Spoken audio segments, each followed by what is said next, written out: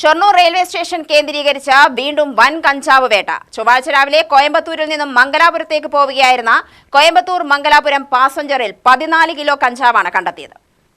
ചൊവ്വാഴ്ച രാവിലെ 11 മണിയോടെ ഷൊർണൂർ റെയിൽവേ സ്റ്റേഷനിലെത്തിയ കോയമ്പത്തൂർ മംഗലാപുരം പാസഞ്ചറിലെ ജനറൽ കമ്പാർട്ട്മെന്റിന്റെ സീറ്റിനടിയിൽ ബാഗിൽ ഉപേക്ഷിച്ച നിലയിലായിരുന്നു കഞ്ചാവ് കണ്ടെടുത്തത്.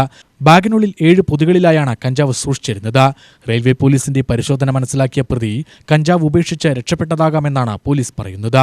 14 കിലോ കഞ്ചാവാണ് കണ്ടെടുത്തത്.